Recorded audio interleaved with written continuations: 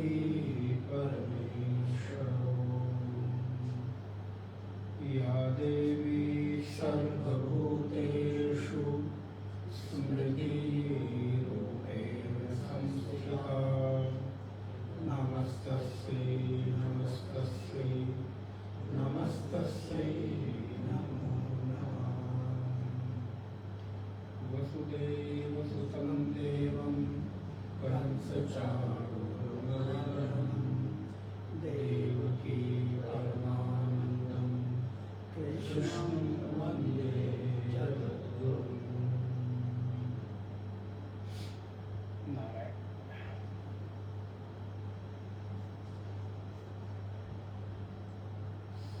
अष्टावक्र गीता,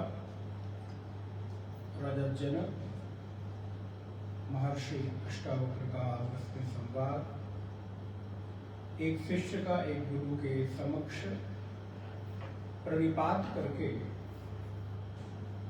जीवन के यथार्थ मूल्यों को, जीवन के परम चरम लक्ष्य को और जीवन की जो अंतिम परिणति है, जीवन का जो अंतिम स्वरूप है, एक साधक के लिए किस रूप में इस जीवन को परिणत करना चाहिए, इस उद्देश्य को लेकर महाराज जनक प्रश्न करते हैं। एक मनुष्य होकर जीवन जीना और एक साधक होकर जीवन जीना, दोनों में अंतर है, दोनों में फर्क है। कैसे? जैसे जब आप एक पुरुष के रूप में जीवन जीते हैं तब, और जब आप एक पिता, एक भाई और एक पुत्र के रूप में जीवन जीते हैं तब, दोनों में फर्क होता है। इसीलिए प्रायः ये कहा जाता है कि अभी तुम्हें कुछ समझ नहीं आ रहा है, जब जिम्मेदारियों का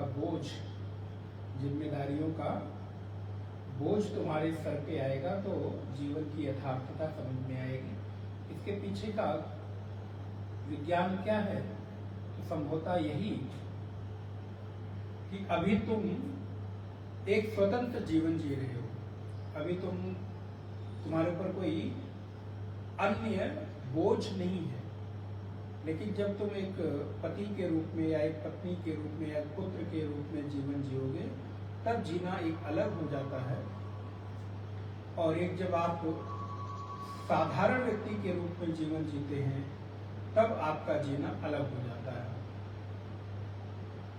वैसे ही जब आप एक मनुष्य मात्र होकर जीते हैं संसार के अपने कर्तव्यों के साथ, तब, और जब आप एक साधक बनके, एक जिज्ञासु बनकर, एक मुमुक्षु होकर, एक भक्त होकर, एक उपासक होकर जीवन जीते हैं, तब बिल्कुल जीवन में बदलाव की अनुभूति होती है। जब आप एक सामान्य साधक के रूप में जीवन जीते हैं और जब एक प्रबल जिज्ञासु के रूप में, फिर यहाँ पर अंतर आएगा।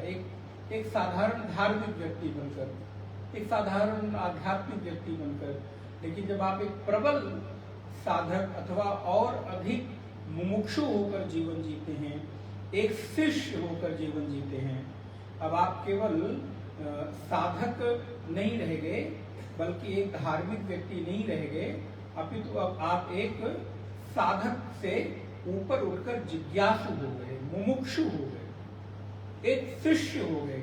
अब आपको सीखना है। शिष्य का तात्पर्य जो सीखे।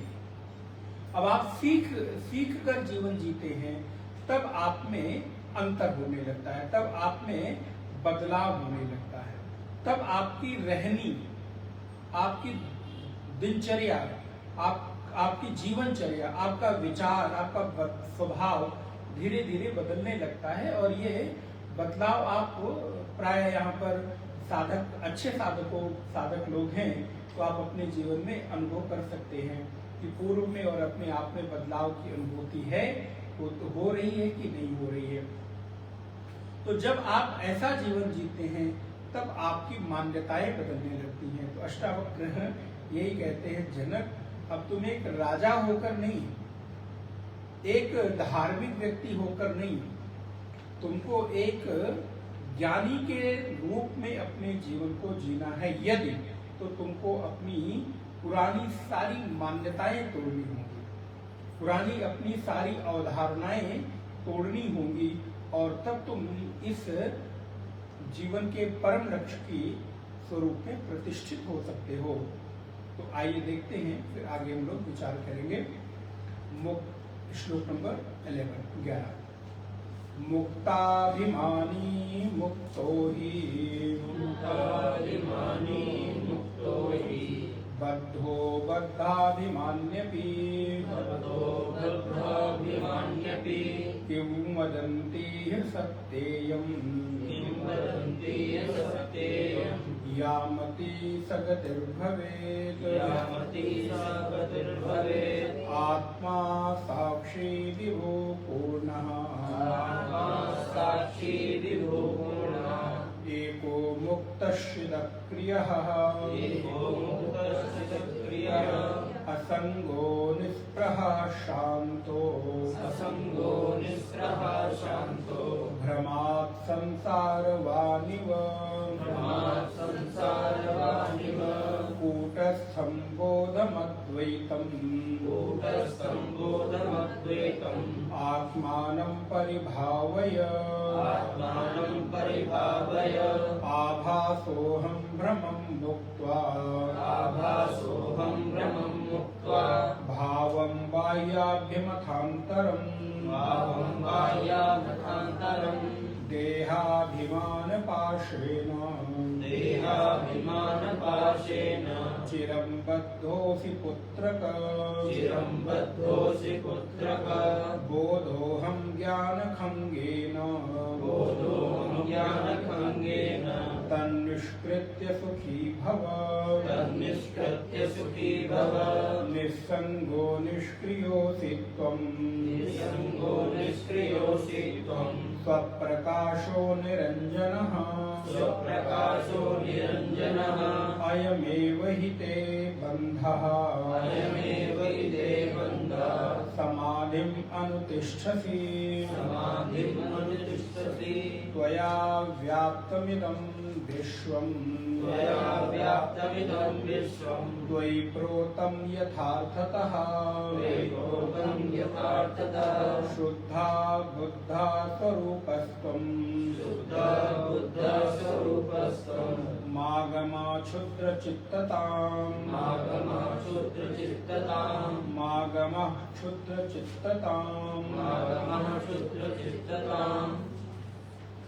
मुक्त को कोई बांध नहीं सकता और बंधन में बंधे हुए को कोई मुक्त नहीं कर सकता।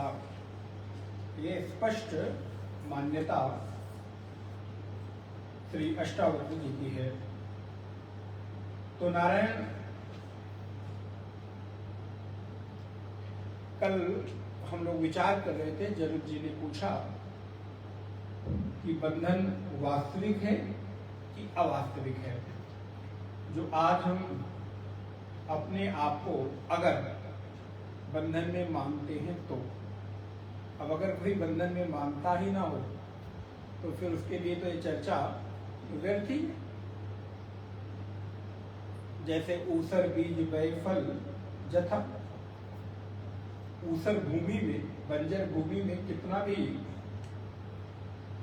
अच्छा बीज बो दीजिए, कितनी भी महंगी खाद डाल दीजिए, कितना भी अच्छे से अच्छा हाइब्रिड का बीज भी डाल दीजिए, तो भी वो बीज व्यर्थ जाएगा, बेकार जाएगा। लेकिन यहाँ थोड़ा सा अंतर है। थोड़ा सा इस उदाहरण से हम लोग अपने आप को जोड़ें कि बंजर भूमि में बीज बोना व्यर्थ प्रतीत है, लेकिन यहाँ पर अगर अज्ञानी के हृदय में बंधन के बंधे हुए व्यक्ति के हृदय में घोर संसार में लिप्त व्यक्ति को भी यदि थोड़ी देर के लिए भी सत्संग का लाभ मिल जाए, संग मिल जाए और वो हृदय में उतर जाए, कानों के माध्यम से हृदय में वो सद्विचार गुरु वाक्य चला जाए, तो संभावना ये बन जाती है कि आपके हृदय में पड़ा हुआ बीज एक दिन अनुकूल वातावरण पाकर, अनुकूल परिस्थितियां पाकर इस संसार के थपेड़े को सहने के बाद जब उसकी बुद्धि में थोड़ा सा भी भाव जागेगा तो वो पड़ा हुआ बीज पल्लवी पुष्पित होकर उसको अध्यात्म की उस छाया का अनुभव प्राप्त होगा। ये थोड़ा सा इस अध्यात्म के जीवन का लाभ एक नहीं अनेकों महापुरुषों के जीवन में देखने को मिलता है। जैसे एक घड़ी आधी में पुनि आधी, तुलसी संगत साधु की हरहि कोटि अपराध। बोले एक नहीं, दो नहीं, 4 घंटे नहीं, बोले एक घड़ी, 2 घड़ी नहीं, एक घड़ी आधी घड़ी, आधी में पुनियाद। थोड़े देर का संग भी आपके जीवन को बदल सकता है। और आदि में पुनियाद तुलसी संगत साधु की हरे कोटि अपराध। महर्षि वाल्मीकि के जीवन का स्पष्ट आप उदाहरण देखिए। नारद जी का कितनी देर का संग मिला? बोले थोड़ी देर का। जो व्यक्ति नारद के जीवन को समाप्त कर देना चाहता है, अर्थात उसका काम ही यही है राह में जाने वाले पथिकों को मारना, काटना, सामान छीन लेना और अपना जीवन यापन करना। जब नारद जी जैसा संत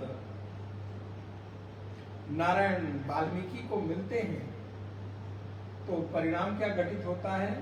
वो मारने वाला व्यक्ति राम राम कहने लगता है। उल्टा नाम जपत जग जाना, वाल्मीकि भय ब्रह्म समाना। किस कारण से? परिणाम कहां से घटित हुआ? बोले संग का परिणाम ये हुआ कि नारद जी के एक क्षण का संग उनके पूरे जीवन को बदल कर रख देता। इसलिए यहाँ कब आपके जीवन में घटना घटित हो जाएगी ये कहा नहीं जा सकता।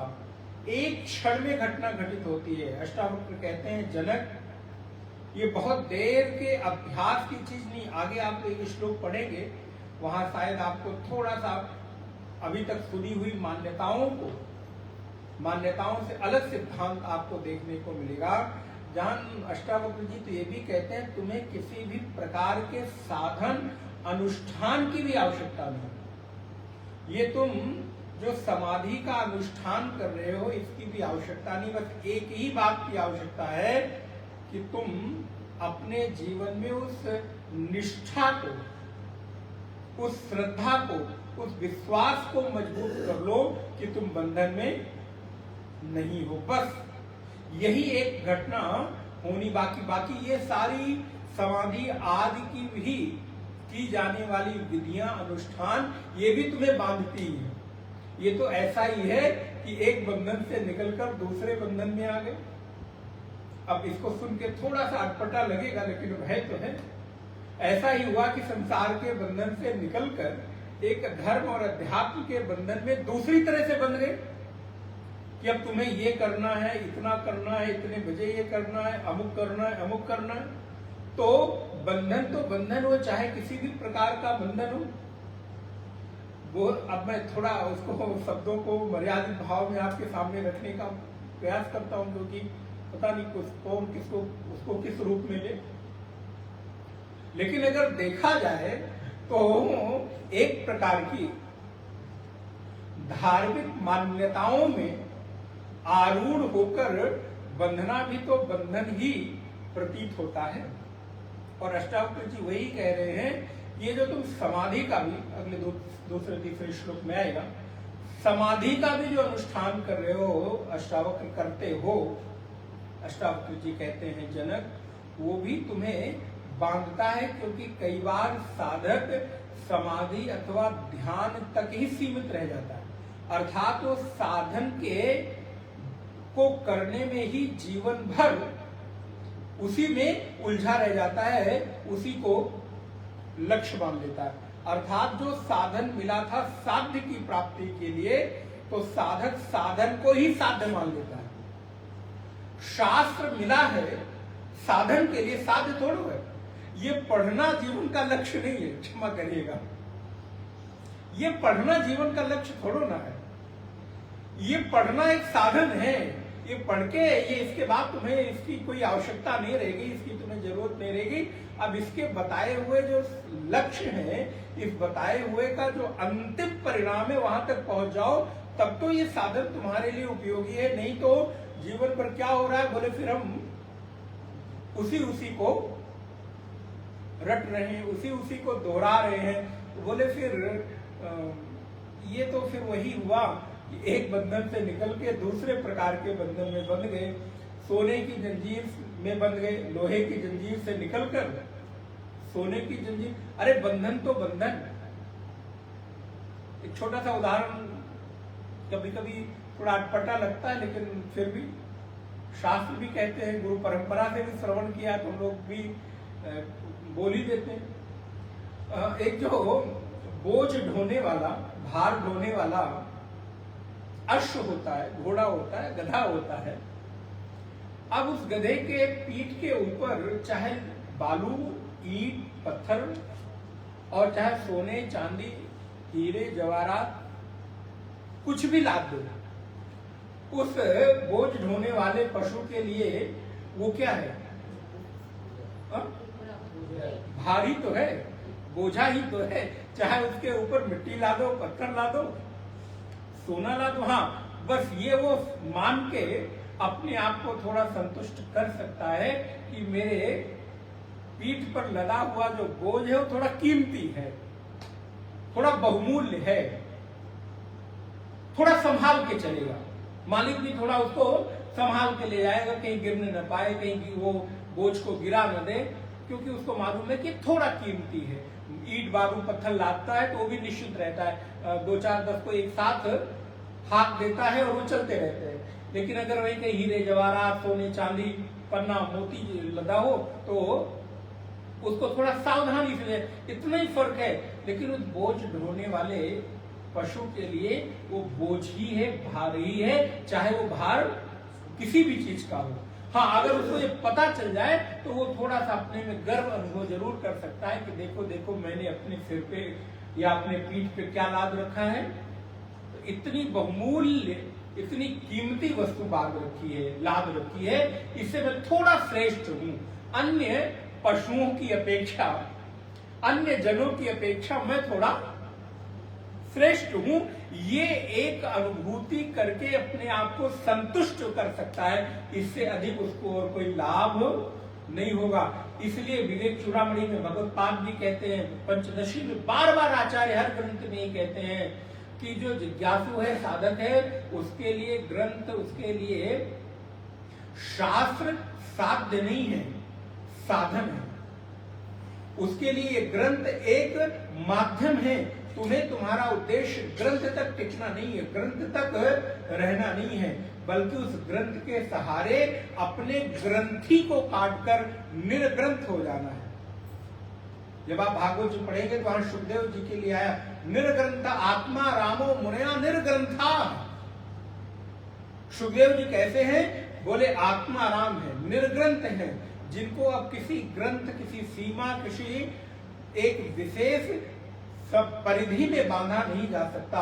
लेकिन तुम अगर पूछते हो कि बंधन वास्तविक है कि अवास्तविक है, तो अष्टावक्र कहते हैं, जनक तुम्हें बंधन पर चिंतन करने की आवश्यकता नहीं है। तुम्हें तुम्हारे लक्ष्य पर अगर दृष्टि होगी तो बंधन अपने आप गिर जाएगा, बंधन अपने आप टूट जाएगा और तुम अनुभव करोगे आत्मा साक्षी ही। तो आत्मा कैसा है? बोला साक्षी है, सभी का एकमात्र दृष्टा है, विभू है, अर्थात वो सजातीय विजातीय स्वगत भेद शून्य है, मुक्त है, कभी किसी से बंधता नहीं है, चैतन्य रूप है, सच्चित आनंद रूप है। अब इसका वो आप लोग बार बार सुनते रहे हैं। यदि आत्मा के स्वभाव को आप अनुभव करेंगे तो देखेंगे आपके भी जीवन में स्वाभाविक 3 प्रकार की इच्छाएं हैं। पहली इच्छा है आत्मा के स्वरूप का जो सत रूप है कि मैं हमेशा रहूं। ये क्या है?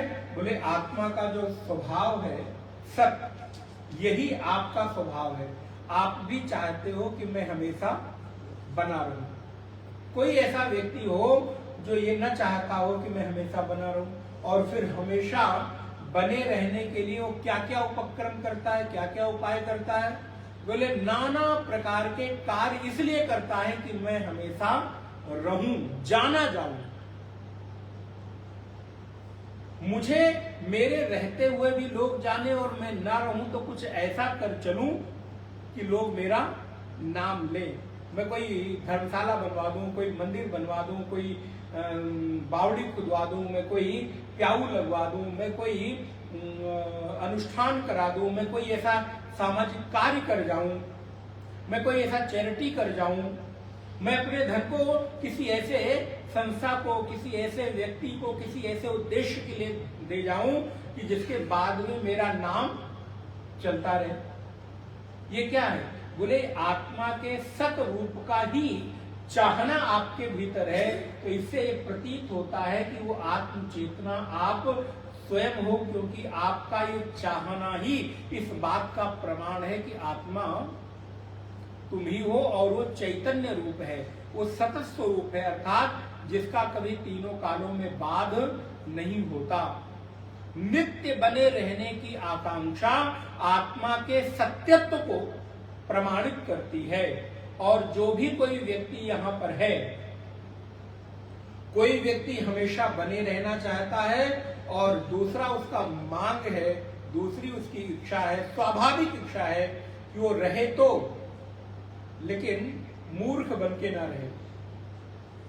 कोई एक व्यक्ति बताओ जो अपने आप को ये स्वीकार करे कि मैं मूर्ख हूं। व्यवहारिकता के धरातल पर भले वो किसी व्यक्ति के सामने इस बात को कह दे, लेकिन प्रत्येक व्यक्ति अपने आप को श्रेष्ठ मानकर ही व्यवहार करता है।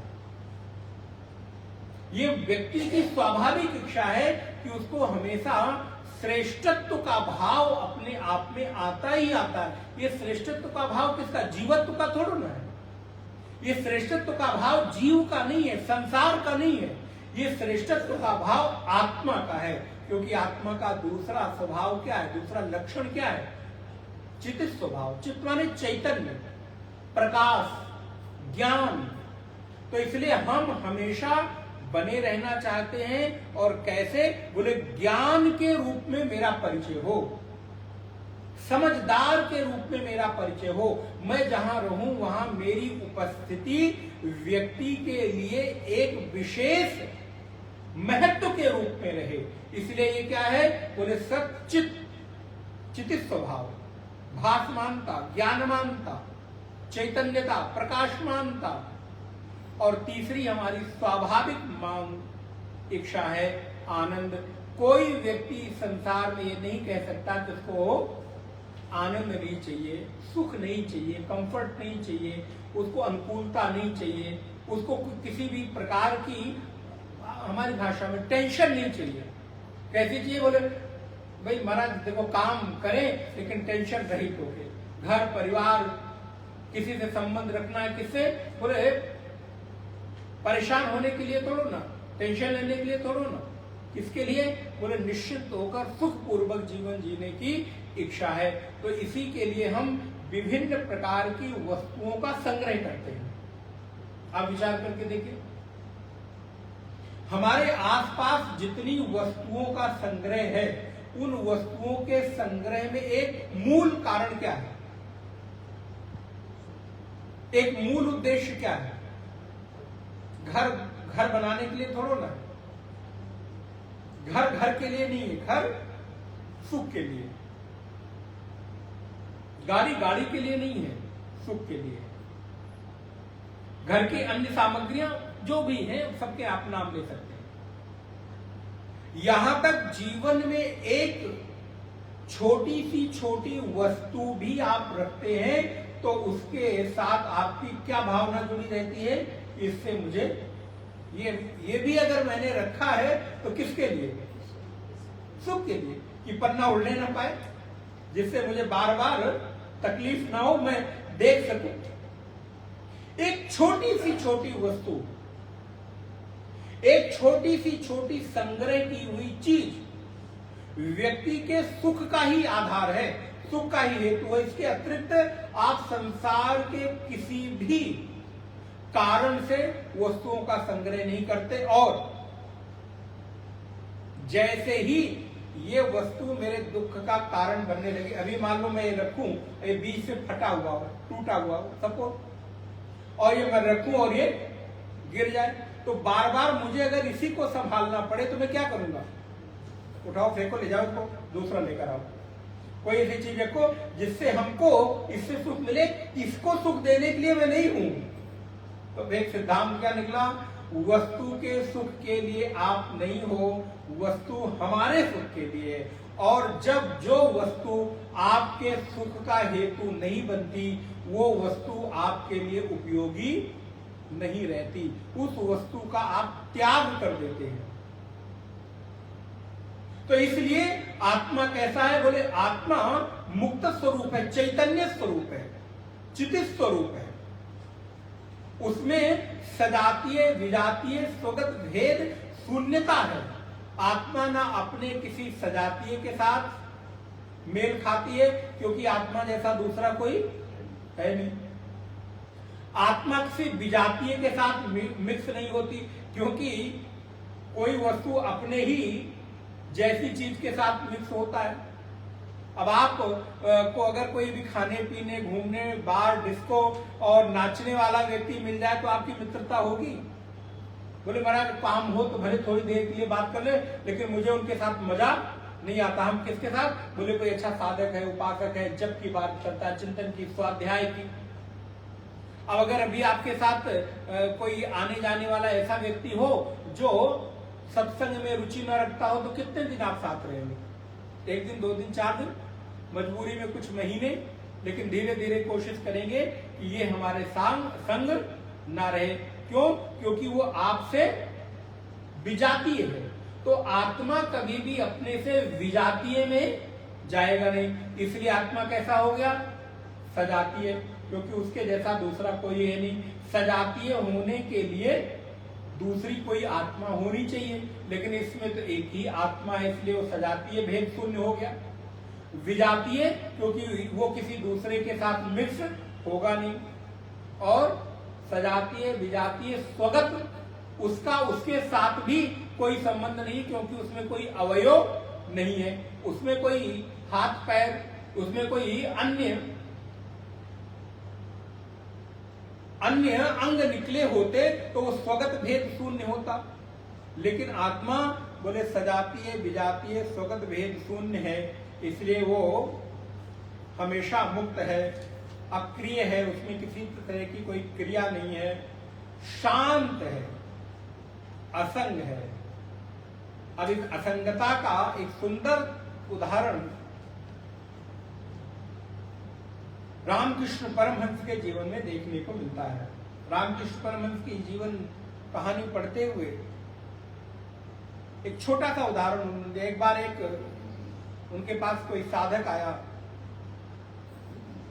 पूछा महाराज कुछ उपदेश करिए, कुछ जीवन के लिए हमारे मार्गदर्शन करिए, क्या करूं जैसे हमारा जीवन भगवान निष्ठ हो जाए, साधक के रूप में हो जाए। तो बोले जाओ थोड़े दिन पक जाओ। बोले पक जाए, क्या करें? बोले संसार में तो पक्के ही आए इधर। बोले नहीं, थोड़े दिन और पको, बोले इसका थोड़ा विस्तार कर दीजिए। तो उन्होंने एक उदाहरण दिया। बोले दूध जानते हो? बोले हाँ। घी? बोले हाँ। बोले घी बनता किससे है? दूध से। मक्खन भी दूध से ही बनता है। लेकिन अगर कोई कीचड़ हो और उस कीचड़ में दूध को डाल दो, मक्खन को डाल दो, तो क्या होगा?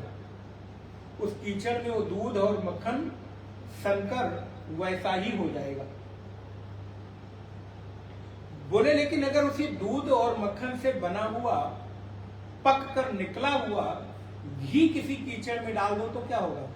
बोले कीचड़ में जाएगा तो, लेकिन वो उस पर तैरने लगेगा, उसके साथ मिश्रित नहीं होगा, और होगा भी तो अपनी चिकनाई वहां पर वो छोड़ देगा। बोले ऐसे ही साधक को भी होना चाहिए। कैसे? बोले जब तक कोई साधक है, पिपासु है, जिज्ञासु है,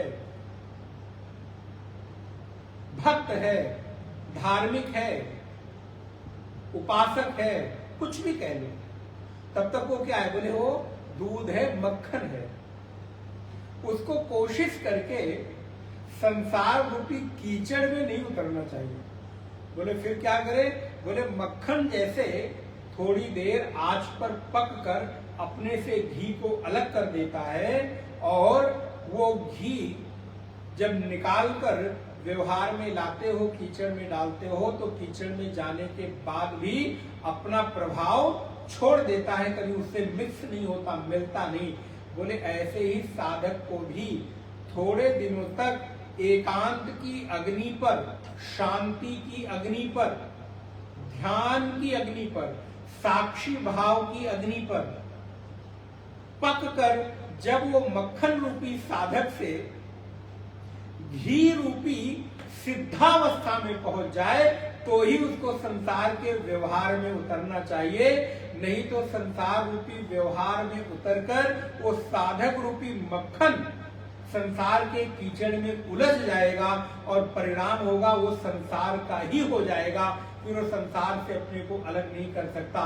लेकिन वही मक्खन अगर शांति, एकांत, साधना, ध्यान, साक्षित्व के एकांत की अग्नि में पक कर घी बन जाए, अर्थात सिद्धावस्था में आ जाए, तब वो संसार के किसी भी व्यवहार में रहे, संसार उसको अपने बंधन में अथवा अपने प्रभाव में नहीं ला सकता। फिर वो संसार में रहकर भी संसार से विलग ही रहेगा। दिखेगा तो संसार में, रहेगा तो संसार में, लेकिन संसार का कीचड़ उसको कभी छू नहीं सकता। जैसे कमल कीचड़ में रहता तो है, लेकिन कीचड़ कभी कमल को छू नहीं पाता। कीचड़ की, जल की एक बूंद भी कमल के पत्ते पर टिकती नहीं है। जाती तो है, लेकिन सरक कर ढरक कर नीचे तालाब में चली जाती है, लेकिन उस कमल की पंखुड़ी पर एक भी बूंद जल टिकता नहीं। बोले वैसे ही साधक भी ये शांत, एकांत, ध्यान, साधना की अग्नि में पककर जब परिपक्व हो जाता है, तब उसको ये संसार का कोई भी प्रभाव अपने प्रभाव से प्रभावित नहीं कर सकता। और ध्यान रखिएगा, दूध की सबसे अंतिम परिणति क्या है? घी। घी के अतिरिक्त दुग्ध से आप और कुछ नहीं बना सकते हो। घी बनने के पहले जो मर्जी आए बना लो, दही बना लो, मट्ठा बना लो, मक्खन बना लो, छाछ बना लो, खोया बना लो, मिठाई बना लो, जो बनाना है बना लो। लेकिन यदि एक बार आपका दूध घी बन गया तो फिर वो दोबारा किसी और, क्योंकि वो सिद्ध हो गया। वैसे ही साधक भी साधना, गुरु वाक्य, गुरु सेवा, शास्त्र कृपा, भगवत आराधन से यदि एक बार साधक से सिद्ध हो गया, तो फिर अब उसे संसार के व्यवहार में दोबारा उतरना भी पड़े तो भी कोई फर्क और प्रभाव नहीं पड़ता। गीता में जब भगवान कहते हैं नैव किंचित करोमीति युक्तो मन्येत तत्त्ववित् पश्यन् श्रवन् स्पृशन् जिघ्रन् अश्नन् गक्षन् स्वपन् स्वतन् प्रलपन् विसृजन् गृह्णन् उन्मिषन् निविशन्नपि नैव किंचित करोमीति युक्तो मन्येत तत्त्ववित्। कौन मानता है?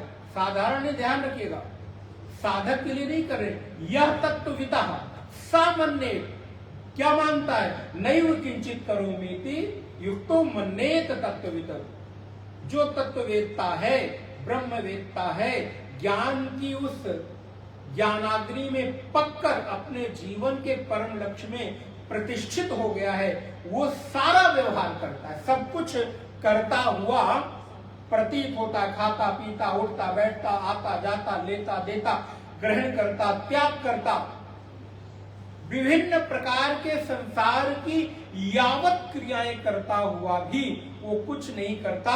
लेकिन तो आपकी दृष्टि में नहीं, स्वयं की दृष्टि में आप मानते हो तो मानते रहो कि देखो वो भी तो हमारी ही तरह संसार में संलग्न है, संसार में उलझे हुए, उनमें हमें क्या फर्क है? वस्त्र का ही तो फर्क है, नाम का ही तो फर्क है। क्या फर्क पड़ता है? देखो वो भी तो महाराज उसी में उलझे हुए हैं, उनका नाम ही अलग है, वस्त्र ही अलग तो है। वो भी उससे घर में रहते हैं, हम भी ऐसे घर में रहते हैं, और हो सकता है उनका घर इससे हमसे अच्छा हो, उनकी रहनी हमसे अच्छी हो, तो उनमें हमें क्या फर्क है? कई बार साधक में ये विचार, ये भावना आती है, उससे कोई फर्क, भगवान कृष्ण कहते उसे तुम्हें कोई फर्क नहीं पड़ना चाहिए। वो मान रहा है, उसकी मान्यता मानने दो, तुम जाकर जबरदस्ती उसकी मान्यता को बदलने की कोशिश मत करो। हाँ, जिस दिन उसको इस बात का अनुभव होगा, अनुभूति होगी, वो उस दिन अपने उन विचारों पर स्वयं, पश्चाताप तो क्या करूं, लेकिन स्वयं विचार करेगा कि शायद वो मेरी मान्यता उचित नहीं थी। जैसे अर्जुन कहता है, प्रभु अभी तक तो हम आपको रिश्तेदार मानते थे, अभी तक हम आपके साथ खाते पीते सोते उठते बैठते थे, लेकिन अब आज से जब से मैंने आपको गुरु माना और आपके गुरु वचनों के द्वारा मेरी दृष्टि खुली, तो अब मैं अपने उन व्यवहारों के साथ शर्मिंदा हूं, मैं उन व्यवहारों से पश्चाताप करता हूं। अरे मैंने ऐसा कैसे कृष्ण रूपी गुरु के साथ व्यवहार किया? और अर्जुन इस बात को स्वीकार करते हैं, आहार सय्यासन भोजनेषु, मैंने आपके साथ भोजन किया, एक ही थाली में खाया, एक ही सैया पर सोए, ये उचित व्यवहार नहीं था। लेकिन क्या करें, बोले अज्ञानता के धरातल में ये व्यवहार हुआ, इसलिए ये क्षमा योग्य है। कोई भगवान उसी तरफ ध्यान नहीं देते, तुमने क्या किया। भगवान मानो उस बात को सुनकर भी अनसुना कर देते हैं, किया किया कोई बात नहीं, अब तो तुम्हें ये दृष्टि मिल गई है। तो इसलिए जब साधक को एकांत की दृष्टि मिलती है, एकांत में रहकर ज्ञान की वो दृष्टि मिलती है, तब उसको पता चलता है कि मेरा अपना स्वरूप क्या है। इसलिए जब तक आप इस सुख से वंचित हैं, तब तक आपको ये केवल बातें लग सकती हैं, लेकिन जैसे जैसे आप इस सुख के नजदीक जाते हैं, इस सुख को जीवन में अनुभव करते हैं, तब आपको पता चलता है कि शास्त्र और गुरु जो बात कह रहे हैं वो बिल्कुल यथार्थ सत्य है। इसलिए दूसरे की दृष्टि में आपका व्यवहार कैसा है, वो आपको कैसा मान रहा है, उधर ध्यान देने की आवश्यकता नहीं। आप अपनी दृष्टि में ठीक बने रहो, क्योंकि यह संसार विभिन्न प्रकार के अपेक्षाओं से, विभिन्न प्रकार के संस्कारों से और विभिन्न प्रकार की वृत्तियों रुचियों से भरा पड़ा है, और सभी की भिन्न मान्यताएं भिन्न भिन्न हैं। इसलिए भिन्न भिन्न मान्यताओं को एक व्यक्ति के द्वारा कभी पूरा नहीं किया जा सकता, चाहे वो कोई अवतार हो, चाहे वो कोई महापुरुष हो, सभी के जीवन में ये बात दिखती है। लेकिन हाँ, जनक तुम राजा होकर सभी के अनुरूप सभी प्रजा को संतुष्ट कर पाओ, ऐसा प्रतीत नहीं होता। इसलिए अपनी दृष्टि में बंधन मुक्त हो जाओ, असंग हो जाओ, शांत हो जाओ, और अब प्रवृत्ति शून्य हो जाओ। प्रवृत्ति निवृत्ति के व्यवहार से अपने आप को ऊपर उठा लो, और तुम अब अन्य संसार के धर्मों से अपने आप को रहित कर लो। एक और बात कि तुमने अगर अपने आप को एक सीमा में, परिच्छेद में, परिच्छिन्नता में बांध रखा है, तो उससे अपने आप को अलग कर लो। और इस तरह करने के बाद आप क्या पाओगे?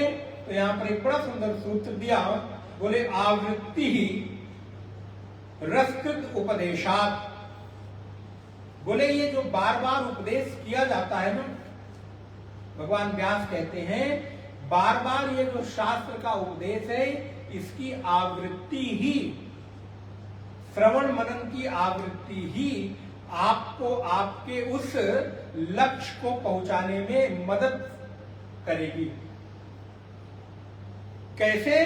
बोले महाराज उद्दालक ने अपने पुत्र को एक बार नहीं, दो बार नहीं, 9 बार तत्वमसी महावाक्य का उपदेश किया।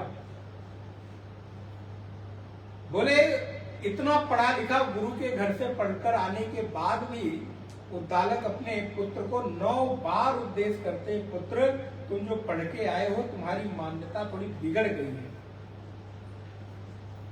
तुम तत्वमसी। वो कथा आपको मालूम होगी, दोहराऊं क्यों? आप पढ़कर आया उद्दालक का पुत्र जब अपने पिता के घर, तो पिता को प्रणाम ही नहीं करता। पिता को बड़ा आश्चर्य हुआ, बोला इसको भेजा था गुरुकुल पढ़ने के लिए, कुछ संस्कार सीख कर आएगा, कुछ अच्छी बातें सीख कर आएगा, ये तो और उद्दंड हो गया। और ये है गुरुकुल में महाराज बड़ी संभावना है। गुरुकुल में कई बार कुछ बच्चे ठीक निकल जाते हैं और कुछ और घर से भी अधिक उद्दंड हो जाते हैं, क्योंकि स्वतंत्रता मिलती है उनको, इस तरह की रोक टोक के लिए साधन नहीं होते। तो बहुत संभावना है कि आप दोनों ही तरफ जा सकते हो। तो उद्दालक का पुत्र भी महाराज मारो उद्दंड हो गया। पिता ने पूछा क्या बात है, तुम गुरुकुल से पढ़ के आए, तुमने मुझे प्रणाम नहीं किया, तुम्हारे गुरु ने तुमको ये सिखाया नहीं? अब वो ज्ञानी बनकर उपदेश देना शुरू किया, अरे पिताजी कौन किसको प्रणाम करता है? क्या पढ़ के आए भैया, तुम तो कुछ ज्यादा ही पढ़ लिया, क्या हुआ क्या? बोले मेरे गुरु ने पढ़ाया है, उपनिषद पढ़ाया है, वेदांत का अध्ययन करके आया हूं मैं। पूरे विश्व में एक आत्मा ही व्याप्त है और वही आत्मा आप में, वही आत्मा मुझ में, आप में और मुझ में क्या फर्क? एक आत्मा दूसरी आत्मा को कैसे प्रणाम कर सकती है? तो महाराज पिता ने कहा इसको ज्ञान तो हुआ, लेकिन ये ज्ञान उल्टा हो गया। पिता ने पूछा तुम्हारे गुरु ने यही पढ़ाया, ऐसा ही पढ़ाया? तो ध्यान रखिए, जब समझ उल्टी हो जाती है तो व्यक्ति दोष अपने ऊपर नहीं दूसरे पर देता है। वो कहता है हाँ मेरे गुरु को जितना आता था उतना उन्होंने पढ़ा दिया और उतना मैंने पढ़ लिया, इतना इससे ज्यादा उनको आता नहीं था। जब उद्दालक ने पूछा कि तुमने इतना पढ़ा, यही पढ़ा? बोले हाँ इतना ही उनको आता था, यही पढ़ाया, यही मैंने पढ़ लिया। वही दूसरी तरफ दृष्टि देखिए, गोस्वामी जी की दृष्टि क्या है मानस में? गोस्वामी जी कहते हैं मेरे गुरु ने तो बहुत पढ़ाया, मेरे गुरु ने बहुत कुछ बताने सिखाने की कोशिश की, लेकिन मैं ही अनाधिकारी होने के कारण, मेरे में इतनी योग्यता न होने के कारण मेरे गुरु के द्वारा पढ़ाए गए सारी चीजों को मैं पढ़ नहीं पाया। दो दृष्टि है एक ही साथ। उद्दालक का पुत्र कहता है कि गुरु को जितना आता था, जो पढ़ाया उतना मैंने सब पढ़ लिया। और गोस्वामी जी क्या कहते हैं? तदपि कही गुरु बारही बारा, तदपि कही गुरु बारही बारा, समुझी परी कछु मति अनुसारा, समुझी परी कछु मति अनुसारा। क्या करें, हमारे गुरुदेव ने हमको बार बार उपदेश किया। तदपि कही गुरु 12 ही 12। हमारे पूज्य गुरुदेव ने बार बार हमको पढ़ाया, समझाया, बहुत कुछ बताने की कोशिश की, लेकिन मुझे तो उतनी ही समझ में आई जितनी मेरी योग्यता थी। तदपि कही गुरु 12 ही 12, समुझ परी कछु, सब कुछ नहीं, कछु थोड़ा बहुत, मति अनुसारा, वो थोड़ा भी जो मैंने समझा है वो मैंने मेरी मति के अनुसार समझा है। इस समझे, ध्यान रखिएगा, इसका एक और आयाम, इस थोड़ा भी समझे हुए में यदि कुछ गड़बड़ हो, गलत हो, तो ये मेरी कमी है, गुरु के द्वारा बताए हुए शास्त्र और उपदेश में कमी नहीं है। समुझ परी कछु मति अनुसारा, मैं मेरी मति से समझा हूं, उनके बताने में कोई कमी नहीं है, उनके बताने में कोई दोष नहीं है। उन्होंने तो कोशिश की कि मैं सब समझ जाऊं, लेकिन उद्दालक का पुत्र क्या कहता है?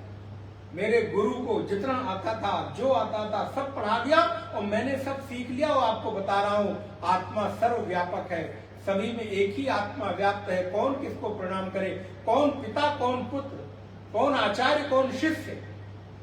पिता ने कहा ये वेदांत पढ़ा तो, लेकिन उल्टा पढ़ लिया, गलत समझ गया।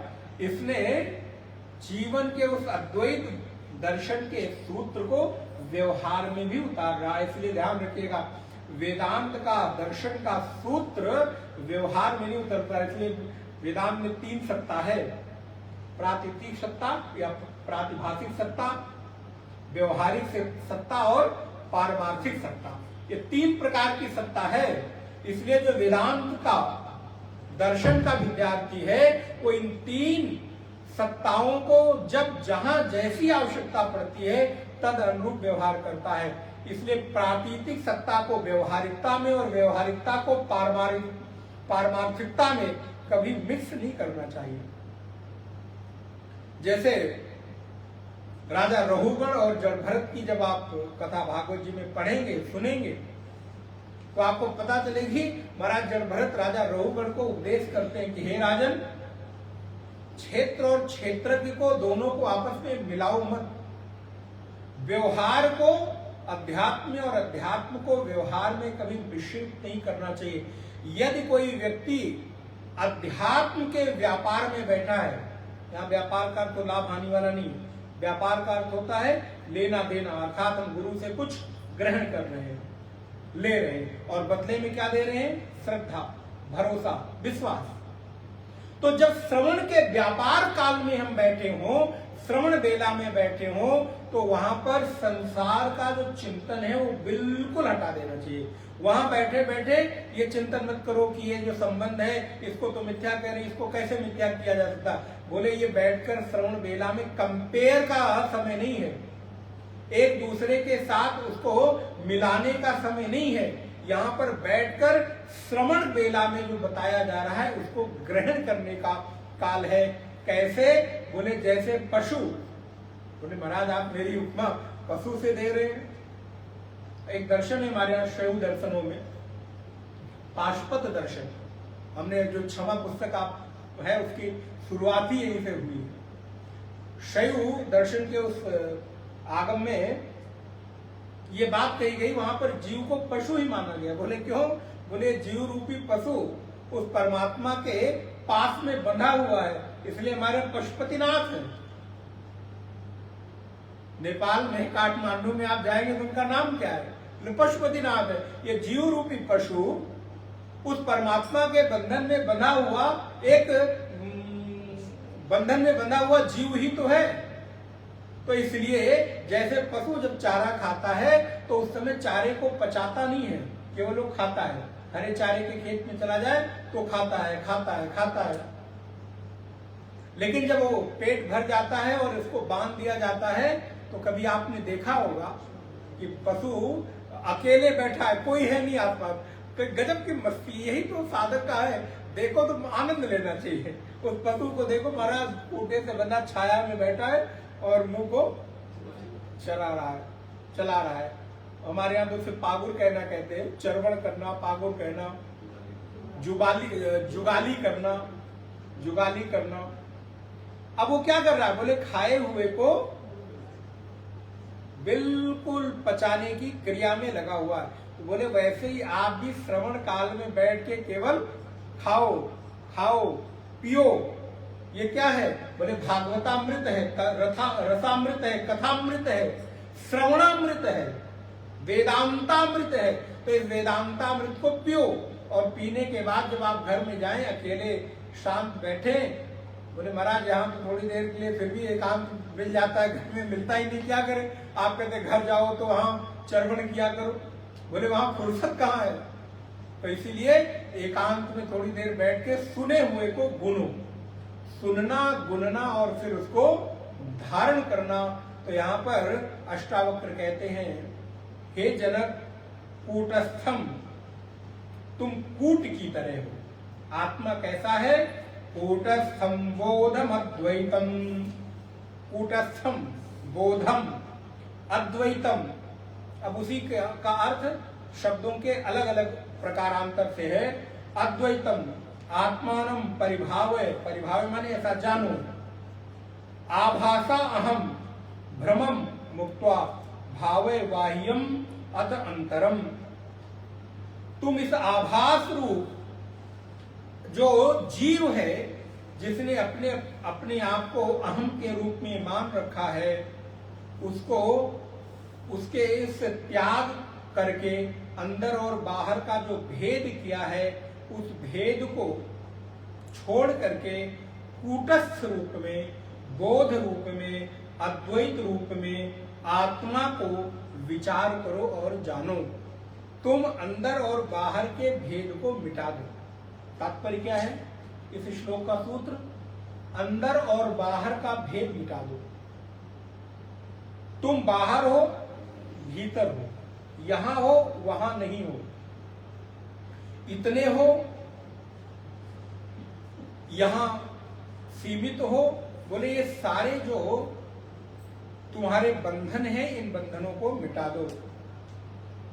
जनक, ये जो तुम्हारा मैं है, इसको मैंने शायद पहले दूसरे दिन आपको निवेदन किया था कि आपके भीतर दो प्रकार का मैं है, एक है असली मैं और एक है नकली मैं।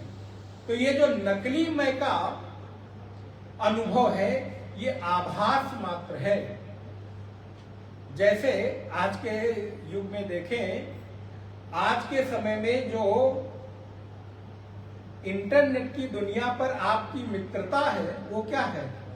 आभासी है। जरूरत पड़ने पर काम कौन आता है? तो एक दृष्टांत आपने कहीं पढ़ा होगा, हमने कहीं सोशल मीडिया पे ही पढ़ा था। बोले एक व्यक्ति, उसकी सोशल मीडिया पर 1 लाख फॉलोअर, 20,000 फ्रेंड, 25,000 उसको अपना फॉलो करने वाले लोग। और फिर एक बार वो बीमार पड़ा, आईसीयू में भर्ती था। हम नहीं थे, हम भी थे जनवरी में, लेकिन वो उसको मान लिया जाए, आईसीयू में भर्ती था। तो 1 लाख मित्र, 20,000 फॉलोअर, 50,000 फ्रेंड, जो भी थे, लेकिन उस आईसीयू के कांच के दरवाजे पर बूढ़े माता पिता ही चिंतातुर खड़े हुए उस बेटे के लिए प्रार्थना कर रहे थे। आभासी दुनिया का कोई व्यक्ति खड़ा नहीं था। क्यों? क्योंकि बोले वो सब नकली संबंध थे। वहां पे आपका जो अपना संबंध था वही खड़ा था। इसको यहां मिक्स मत करिएगा। वो वहां पर खड़ा आपके लिए प्रार्थना और उपचार कर रहा था, भाग दौड़ कर रहा था। बाकी आप जिसको जिसको मानते थे वो सब आभासी दुनिया थी। बोले ऐसे ही ये जो मैं की आभासी दुनिया है जिसको आपने स्वीकार कर रखा है, ये भी केवल कहने के लिए है। असल में काम तो कौन आएगा? बोले वो केवल और केवल आपका अपना स्वरूप का ज्ञान ही काम आएगा। नारी ग्रह द्वार जल स्मशानी। बोले जब व्यक्ति धर्मातिगो गच्छति जीव एका, जब व्यक्ति संसार से विदा होता है तो घर वाले, पत्नी दरवाजे तक, सगे संबंधी बोले चिता तक, कुछ लोग व्हाट्सएप और फेसबुक तक, और कुछ लोग शमशान में जाकर 2 घंटे खड़े रहते हैं, जलती हुई चिता को देखते हैं। और कुछ लोग तो गए, 2 लकड़ी डाली, चेहरा दिखाया और वापस चले आए जल्दबाजी में वहां पर। और कुछ लोग वहां पर भी खड़े हैं तो वहां पर भी डील ही चल रही है, बिजनेस ही चल रहा है। खैर, और कुछ ही लोग होते हैं इक्के दुक्के जो 2 घंटे, 4 घंटे, 3 घंटे जो भी लगते हैं खड़े होते हैं। बाकी सब बोले ये तो बाहरी है, लेकिन आपका अपना, बोले ये आपका अपना भी शरीर चिता तक ही साथ जाता है। चिता की अग्नि तक ये शरीर साथ जाता है। उसके बाद क्या जाता है? बोले धर्मातिगो गच्छत जीव एका। इस जीव के साथ तुम्हारा किया हुआ धर्म ही तुम्हारे साथ जाता है, अन्य कोई तुम्हारा साथ नहीं देता। तो इसलिए श्री अष्टावक्र कहते हैं, हे जनक, ये भीतर और बाहर का जो भेद है, इस भीतर और बाहर के भेद को मिटा दो। लेकिन बोले महाराज, भीतर और बाहर के भेद को मिटा तो दें, लेकिन वो दृढ़ मान्यता कहां से लेकर आए? बोले सबसे पहले धीरे धीरे आप अभ्यास के साथ इस बात को विचार करो कि आज तक तुम्हारे अपने जीवन की जो मान्यताएं रही वो छूटी कि नहीं छूटी। आज तक तुम्हारे जीवन में जो कुछ भी पकड़ा वो छूटा कि नहीं छूटा। आज तक जो पकड़ा वो छूट गया, तो अभी जो पकड़ रखा है क्या गारंटी है कि नहीं छूटेगा। इसलिए अगर ऐसी दृढ़ मान्यता आप करते हैं तो आप इस स्वरूप में प्रतिष्ठित हो सकते हैं। लेकिन एक बात बड़ी स्पष्टता के साथ विचार में आती है, कई बार संसार छोड़ना आसान होता है लेकिन मान्यता छोड़ना आसान। व्यक्ति अपनी मान्यता के आग्रह के लिए जीवन के कितनी सारी विषमताओं को न्योता दे देता है लेकिन अपना आग्रह नहीं छोड़ पाता। इसलिए आप देखेंगे कि संसार छोड़ना आसान है, लेकिन अष्टावक्र जो कहते हैं कि तुम ये मान्यता जो बैठकर पकड़ कर बैठे हो कि तुम बंधन में बंधे हो, इस झूठी मान्यता को छोड़ दो। बोले हम संन्यास ले लेंगे लेकिन ये नहीं छोड़ेंगे। संन्यास में भी ये मान्यता बनी रहेगी तो संन्यास भी लेने का कोई तात्पर्य नहीं। संन्यास का अर्थ क्या है कि मैंने अब जीवन की बनाई हुई सारी मान्यताओं को ध्वस्त कर देता हूं। सम्यक रूपेण न्यासा, मैं जीवन की बनाई हुई सारी मान्यताएं, सारे विचार, सारी अवधारणाएं और सारे संबंधों का त्याग करके अब केवल और केवल एकमात्र तुम्हारे लिए हूं या स्वयं के लिए हूं। इस गहरी मान्यता को मानना ही तो संन्यास है। इसलिए जब अष्टावक्र जी कहते हैं कि बाहर और भीतर के मान्यताओं को छोड़ दो, तो तात्पर्य उनका क्या है कि शरीर के साथ जो भीतर की मान्यता है वो त्याग दो और शरीर के साथ जुड़ी हुई जो बाहर की मान्यताएं हैं उनका त्याग कर दो। बाह्य और भीतर का जो भेद है उस भेद को मिटा दो।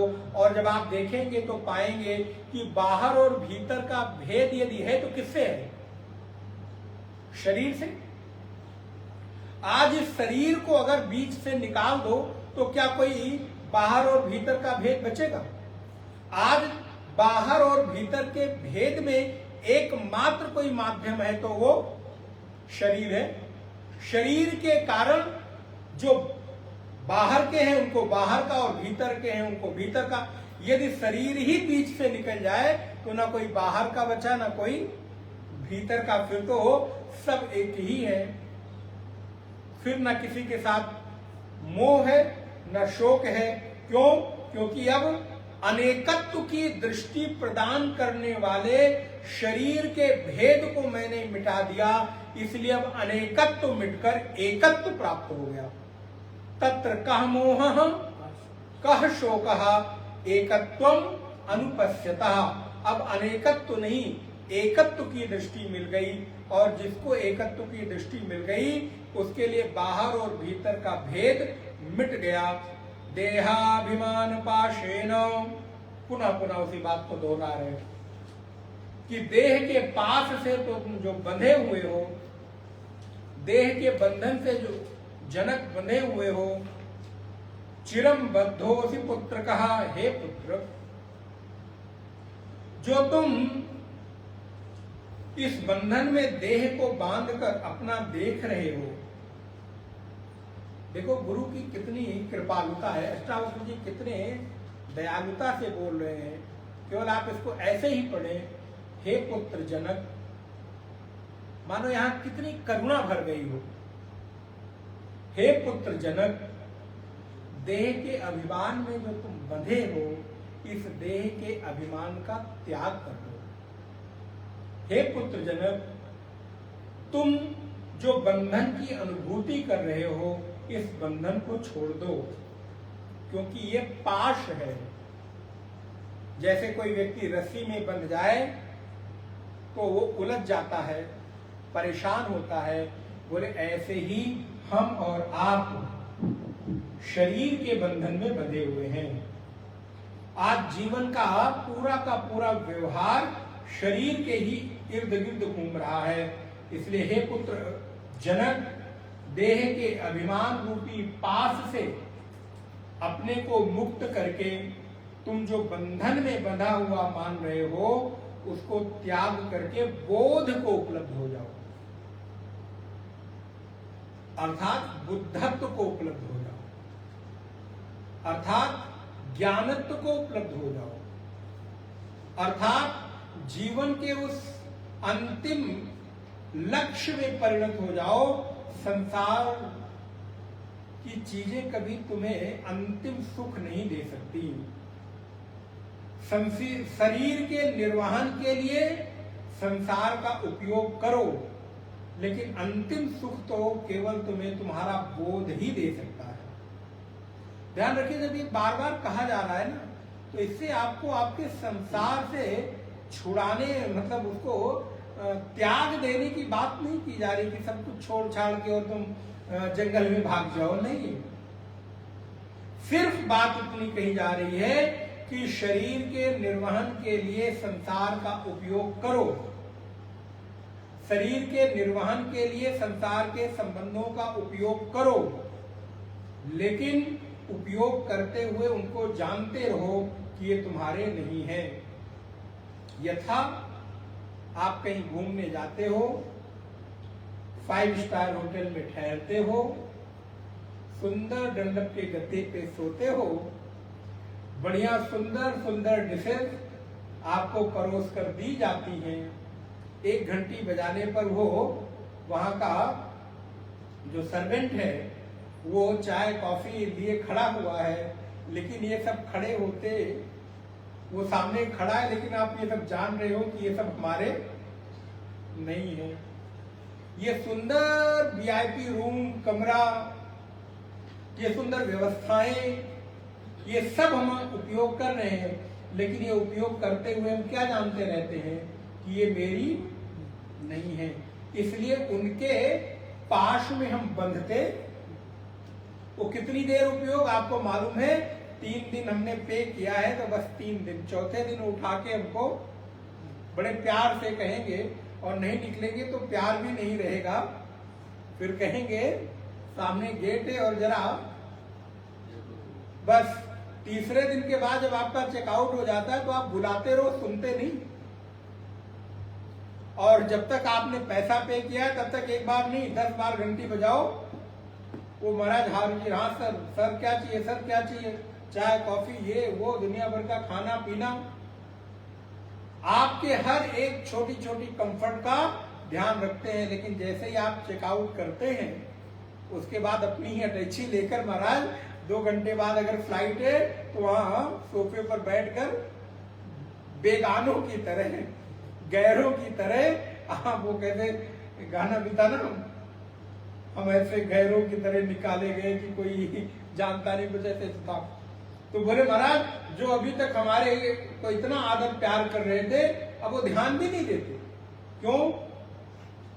क्योंकि अब आपकी वहां से सुविधा की जो वैलिडिटी थी वो खत्म हो गई, जो आपने पे किया था वो खत्म हो गया। तो बोले ऐसे ही समझो कि शरीर को ध्यान में रखकर संसार के सुख संसाधनों का उपयोग करना है, उपभोग करना है, लेकिन इसको छोड़कर जाना है। कैसे? बोले जैसे उस होटल के कमरे में रहते हुए पता है 3 दिन बाद इसको छोड़ना है, जाना है अपने उसी घर में, चाहे वो छोटा हो बड़ा हो, सुविधाएं हो न हो, लेकिन आपको पता है कि वही हमारा असली घर है। बोले वैसे ही संसार की सभी चीजों का उपयोग, उपभोग, जरूरत की चीजें का करो, लेकिन जानते रहो कि तुम्हारा बोध रूप, तुम्हारा आत्म रूप, अपना आपा तो कुछ और ही है। इस संसार के बंधन और संबंध तुम्हारे अपने नहीं है, निर्वहन कर रहे हो। वहां भी कोई मिलता है राम राम कर लेते हो, हाथ मिला लेते हो, नंबर दे देते हो। आपको खाना देने वाला आता है, भोजन देने वाला आता है, आप उसको भी आदर पूर्वक नमस्कार करते हो, लेकिन उससे बंधते नहीं। बोले वैसे ही आपके सामने भी यहाँ थाली जो परोस रहा है या परोस रही है उसको आदर दो, लेकिन उससे बंधो मत, क्योंकि आपको मालूम है। पर अंतर इतना है कि वो 3 दिन 5 दिन 10 दिन के लिए, यहाँ कुछ साल के लिए, 10 साल 15 साल 20 साल 25 साल, बस टाइम का फर्क है, साल का फर्क है, इससे ज्यादा और कुछ फर्क नहीं। ये जानते रहो कि जैसे वो 4 दिन में छूट जाने वाला है वैसे 40 साल में छूट जाएगा। इतना अगर दृढ़ता आ जाए तो जनक, तुम इस पूरे साम्राज्य के राजा होते हुए भी तुम्हें शासन करने में कोई बाधा नहीं है, राजा होने में कोई बाधा नहीं है। तुम राजा होकर ब्रह्म निष्ठा को प्राप्त कर सकते हो। और इसलिए मुझे लगता है, अभी ये भाव आ रहा है कि अष्टावक्र जैसा गुरु जनक को मिला तो ही एक राजा के रूप में जनक के अतिरिक्त कोई बहुत ऐसे उदाहरण आपको मिलते नहीं, जो राजा भी हो और ब्रह्मनिष्ठ भी, ब्रह्मत्व के उस स्वरूप में प्रतिष्ठित होकर निर्वहन करते हो। अष्टावक्र जैसा गुरु मिलने के कारण ही मुझे लगता है कि जनक के भीतर ये घटना घटित हुई। इसलिए अगर जनक में वो संभावना है तो आप में भी जरूर है, ऐसा मानना चाहिए। तो हे जनक, हे पुत्र, तुम इस देहाभिमान के बंधन से मुक्त होकर जो तुम चिरकाल से पास में बंधे हुए हो ना, कितने दिन से? चिरकाल, कितने जन्म हो गए घूमते टहलते, कहा पता नहीं कौन कौन वाया हम लोग घूम के आ रहे हैं। हो सकता है आप कोई वाया स्वर्ग आ रहे हो। अच्छा, आप देख के भी अनुमान कर सकते हैं किसी किसी का जीवन व्यवहार, उसकी प्रतिक्रियाएं, उसके जीवन की आसपास की परिस्थितियों को देखकर अनुमान कर सकते हो कि वाया स्वर्ग आया है कि वाया, भाई कुछ तो संस्कार पड़ ही जाता है ना। अब आप ट्रेन से उतरो और आप फ्लाइट से उतरो, ट्रेन में फर्स्ट क्लास से उतरो और जनरल से उतरो, दोनों में फर्क पड़ता है कि नहीं? बोले महाराज जनरल से उतरो तो पता चल जाता है, और कोई फर्स्ट एसी से सेकंड एसी से उतरे तो भी उसको पता चल जाता है कि यहाँ यात्री कैसा होगा। बोले वैसे ही आसपास के लोगों को, व्यवहार को, परिस्थितियों को, स्वभाव को देखकर पता चल जाता है कि ये वाया स्वर्ग आया है कि वाया नर्क, कि वाया पितृलोक, कि वाया यमराज के दूतों के डॉर्मेट्री वाले कमरे से वहां आया है। यमराज के यहाँ भी ना कैटेगरी है, ऐसा थोड़ा है कि एक ही जैसा है। यमराज के यहाँ भी कई सारी कैटेगरी है, कोई कॉटेज है, कोई क्या कहते हैं डीलक्स रूम है, कोई फ्लैट है, कोई कुटिया है, कोई डॉर्मेट्री है। तो बोले पता चल जाता है कि वो वाया कहां से। बिल्कुल सत्य है, व्यक्ति के स्वभाव, व्यवहार, गुण आदि के द्वारा उसके जीवन को अनुमान कर सकते हो कि वो किन संस्कारों के साथ आपके साथ मौजूद है। खैर, तो श्री जनक जी कहते हैं कि हे पुत्र, तुम अनंत काल से, जन्मों जन्मों से, चिरकाल से बंधे हुए हो, अब तो छूट जाओ। ये अंतिम समय है, अंतिम अवसर तुम्हें मिला है। एक अंधा एक कमरे में फंस गया, दरवाजा ढूंढता है, मिलता नहीं। एक हाथ धीरे धीरे दरवाजे दीवार पे स्पर्श करते हुए बाहर निकलने की कोशिश करता है कि कहीं तो कमरे का दरवाजा होगा, क्योंकि दीवार और दरवाजे में फर्क रहता है, तो मैं उस दरवाजे से बाहर निकल जाऊंगा। अंधेरा कमरा, अंधा ऊपर से दिखाई नहीं दे रहा है, और दीवार के स्पर्श करते हुए पूरे हॉल में दरवाजा खोज रहा है। लेकिन जैसे ही दरवाजे के पास पहुंचता है, बाहर निकलने का अवसर मिलता है, वैसे ही उस अंधे को सिर में खुजली होने लगती है। और खुजली करने के लिए जैसे ही एक हाथ ऊपर खुजलाने के लिए ले जाता है, क्योंकि दूसरे हाथ से डंडा पकड़ रखा है, एक हाथ से सिर खुजलाने के लिए हाथ लेकर गया तब उसने सोचा अभी इतनी देर में दरवाजा नहीं मिला तो अभी थोड़ा निकल जाएगा, और कदम 2 कदम 3 कदम आगे बढ़ जाता है, इतनी देर में वो दरवाजा निकल गया। फिर उसने दीवार पकड़ी और फिर दीवार को पकड़ के उस दरवाजे की खोज करता है बाहर निकलने के लिए। लेकिन मजे की बात, जैसे ही दरवाजे के पास आता है वैसे ही उसको खुजली होने लगती है, खुजलाता है, वो दरवाजा निकल जाता है। बोले यही स्थिति हमारी है। ये मनुष्य जीवन क्या है? अनंत काल से, चिरकाल से बंधा हुआ जो जीव पास में बंधा हुआ है, इसको मनुष्य जन्म, ये अवसर, गुरु कृपा, शास्त्र कृपा, ये वातावरण मिला है किस लिए? ये जीवन मिला है किस लिए? ये परिस्थितियां मिली है किस लिए? बोले ये आपको द्वार मिला है।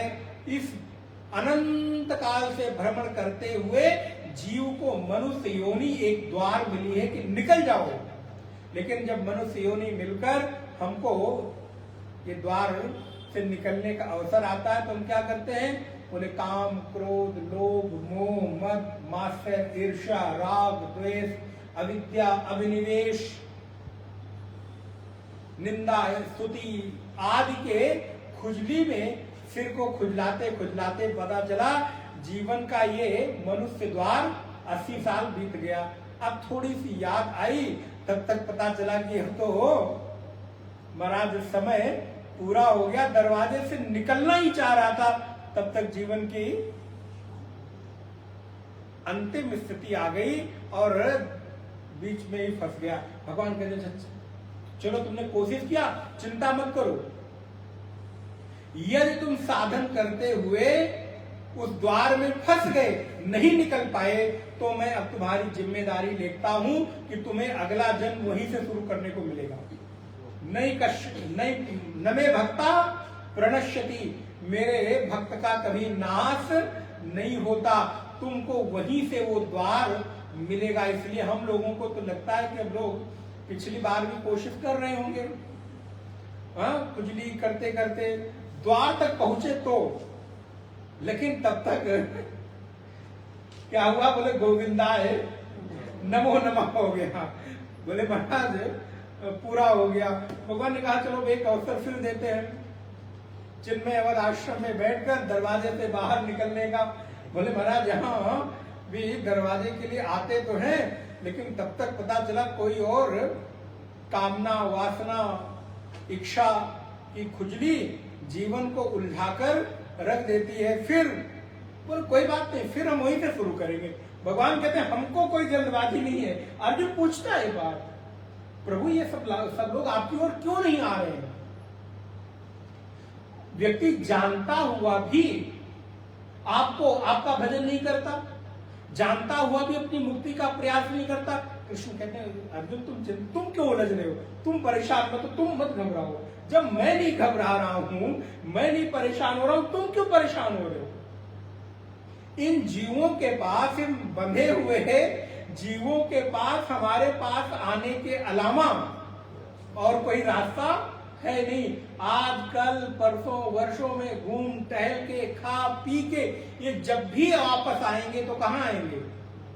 बोले मेरे पास ही आएंगे। इनके पास अन्य कोई विकल्प, अन्य कोई मार्ग है ही नहीं, क्योंकि एक मैं ही सृष्टि का आधार हूं। जब भी इनको आना है तो मेरे पास ही आएंगे, समय कितना भी लग जाए। तो इसलिए भगवान कृष्ण को चिंता नहीं है, कहते आएंगे तुम्हारे पास ही। अतः हम लोगों को ये जो अवसर मिला है मानव जन्म, और मानव जन्म में भी हम लोग सौभाग्यशाली हैं, ऐसी गुरु परंपरा में दीक्षित होकर, ऐसी गुरु परंपरा में निष्ठा कि जहां पर ज्ञान के द्वारा आपके उस अज्ञानता के शमन की बार बार प्रेरणा दी जा रही है, जहां अष्टावक्र जैसे गुरु के वचनों का श्रवण सहजता में उपलब्ध है। आपको एक बात और निवेदन कर दूं, किसी और पंथ संप्रदाय में चले जाइए, धर्म तो क्या ही कहा जाए, किसी और पंथ में चले जाइए, किसी और संप्रदाय में चले जाइए, अगर वहां के व्यक्ति ये कह दें कि मैं ही खुदा हूं, तो लोग सोचिए क्या हर्ष करेंगे। क्या स्थिति होती है? एक व्यक्ति ऐसी कोई घोषणा करता है तो उसकी स्थिति क्या कर देते हैं? सूली पर चढ़ने की नौबत आ जाती है। उन घटनाओं को जब आप विचार करके देखेंगे तो पाएंगे कि ऐसी स्थितियां आ जाती हैं कि वही समाज उसको स्वीकार नहीं करता। लेकिन यहां जब अष्टावक्र खुद को और अपने सामने बैठे हुए जिज्ञासु को ये कहते हैं तो कभी भी हमारे यहां ये नहीं कहा जाता कि तुम अधर्म कर रहे हो या तुम परमात्मा कैसे हो सकते हो, बल्कि स्वयं हम सिर झुकाकर, सिर हिलाकर स्वीकार करते कि हाँ बिल्कुल सही कह रहे हो, ठीक कह रहे हो। आप विचार करके देखिए इस ज्ञान की उच्चता, श्रेष्ठता। तो जब अष्टावक्र ऋषि कहते हैं कि तुम चिरकाल से बंधे हुए हो, उस रस्सी को बंधी हुई रस्सी को काट दो, उस पास को हटा दो और अपने को क्या अनुभव करो? बोलो निस्संगो निष्क्रियो सित्वम। उसी बात को बार बार प्रकारांतर से बता रहे हैं। निस्संगो निष्क्रियो सित्वम स्वप्रकाशो निरंजनः अयमेव हि ते बन्धः समाधुम अनुतुष्टसि। इसी बात को मैं आपको निवेदन कर रहा था। निस्संग, निष्क्रिय, हे जनक तुम संग रहित हो, निष्क्रिय हो, क्रिया रहित हो, स्वयं प्रकाशमान हो, निर्दोष हो। हम लोगों की एक बड़ी और आदत है, कल इस पर थोड़ी चर्चा करेंगे विस्तार से इस श्लोक पर। हम लोगों की बड़ी आदत है कि हम अपने आप को क्या कहते हैं? बड़े पापी हैं, बड़े दुष्ट हैं, बड़े अधर्म का किए हैं। आप सोचो अगर आप अपनी आत्मा को पापी कह रहे हो तो आप धर्म कर रहे हो कि अधर्म कर रहे हो? जिस आत्मा को परमात्मा, कृष्ण, अष्टावक्र जैसे ऋषि ये कहते हैं कि तुम में कभी कोई पाप हो नहीं सकता, तुम में कभी कोई संग नहीं हो सकता, तुम में कभी कोई क्रिया नहीं हो सकती, ऐसे निष्पाप, निस्संग, निष्क्रिय, अक्रिय, निरवयो, निरंजन, निर्विकल्प, नित्य मुक्त आत्मा को आप पापी बताकर क्या कहना चाहते हैं? इसलिए हमारे यहाँ इस बात को स्वीकार करने में संकोच होता है। व्यवहारिक धरातल पर ठीक है, मान लेते हैं पापोहम पाप कर्माहम पापात्मा पाप संभवः। जीव कहता है कि पापोहम पाप कर्माहम पापात्मा पाप संभवः त्राहि मां पार्वती नाथ सर्व पाप हरो भव हरो हर। मेरा पाप हर लो। तो ये कहने के पीछे का उद्देश्य सिर्फ इतना है कि तुम में कभी कोई पाप हो नहीं सकता, इसलिए आत्मा को कभी पापवान होने का आरोप मत कीजिए। जनक तुम पापी नहीं हो। अरे यहाँ एक नहीं, हजारों लाखों का वध भी अगर कोई कर दे और अगर वो कर्तृत्व रहित है तो उसको किसी वध का पाप लगता नहीं। और छोटे मोटे इन आरोपों को स्वीकार करके तुम आत्मा के उस दिव्यता को, श्रेष्ठता को, उच्चता को, निर्मलता को, पवित्रता को अपवित्र कर रहे हो। ऐसा करना आत्मा का हनन करना है। जेन, मानस में गोस्वामी जी कहते हैं उत्तरकांड में, जेन तरई भव सागर अस समाज नर पाई। गोस्वामी जी कहते हैं ऐसा कोई जीव ऐसा समाज पाकर भी अगर न तरे तो आत्माहन, अर्थात उसने अपनी स्वयं की हत्या कर ली। हत्या का तात्पर्य है कि उसने एक अच्छे अवसर को गंवा दिया। और ये भी है, जो व्यक्ति अपने अच्छे अवसर को गंवा देता है उसका जिम्मेदार वो स्वयं है, कोई और नहीं है, दूसरा नहीं है। इसलिए आत्मा निष्पाप है, निस्संग है, निष्क्रिय है। हे जनक तुम संग रहित हो जाओ, क्रिया रहित हो जाओ, स्वयं प्रकाश हो, निर्दोष हो। यही तुम्हारा अपनापन परायापन तुम्हारे बंधन का कारण है। इसलिए निश्चित रूप से तुम जो ये समाधि, अब इस पर कल थोड़ी चर्चा करेंगे, मानो यहां पर साधन का भी खंडन किया जा रहा है।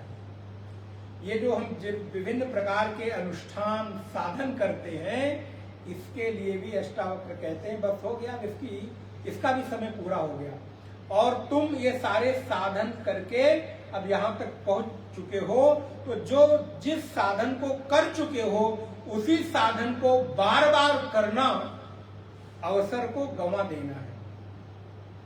अर्थात अगर किसी एक साधन को आप बार बार जीवन भर वही पकड़कर बैठे हो, इसका मतलब आप अपने एक स्वर्णिम अवसर को गंवा रहे हो। तुम अगर आज यहाँ जनक मेरे सामने बैठकर और ये संवाद कर रहे हो, इसका मतलब भरोसा करो कि तुमने सारे साधन कर लिए, अब तुम्हें साधन रहित होकर साध्य तक की यात्रा करनी है। हम लोगों को भी ये भरोसा करना चाहिए और करना पड़ेगा, क्योंकि ही अन्य साधन कर चुके होने के बाद ही परमात्मा ऐसा अवसर देता है कि ऐसे संवाद के लिए हमें चुनता है। ये प्रकृति की योजना का हिस्सा है। ये अगर भरोसा है हमको तो मान लें तो अच्छी बात है, नहीं मानते तो भी कोई बात नहीं, अच्छी बात है। हमारे यहाँ तो किसी चीज को जबरदस्ती मनाने की कोई परंपरा है नहीं, मान लेते हो ठीक है, बहुत बढ़िया, नहीं मानते हो कोई बात नहीं, आज नहीं कल, क्योंकि हमारे यहाँ जीवन क्या है, सातत्य है ना। हमारे यहाँ खंडन नहीं है, ये जन्म हो गया अगला जन्म होना नहीं है, तो तुम दूसरी बार फिर अगली प्रक्रिया में आओगे। हम मानते हैं, तुम जो कह रहे हो ठीक है, बस समय लंबा हो सकता है, इसलिए हम तुम्हारी मान्यता को बहुत जबरदस्ती नहीं कर रहे। हमें भरोसा है कि आज नहीं तो कल आओगे तुम, यही इस दर के अतिरिक्त और कोई दर तुम्हारे पास असल में है नहीं। तो जब अष्टावक्र कहते हैं कि हे जनक, तुम इस समाधि का अनुष्ठान भी जो कर रहे हो, अब उस समाधि का अनुष्ठान भी तुम्हारे लिए साध्य के प्राप्ति में बाधक है। अस्तु, इस पर कल अगली कक्षा में कल चर्चा करेंगे। दोबारा भगवान का नाम स्मरण।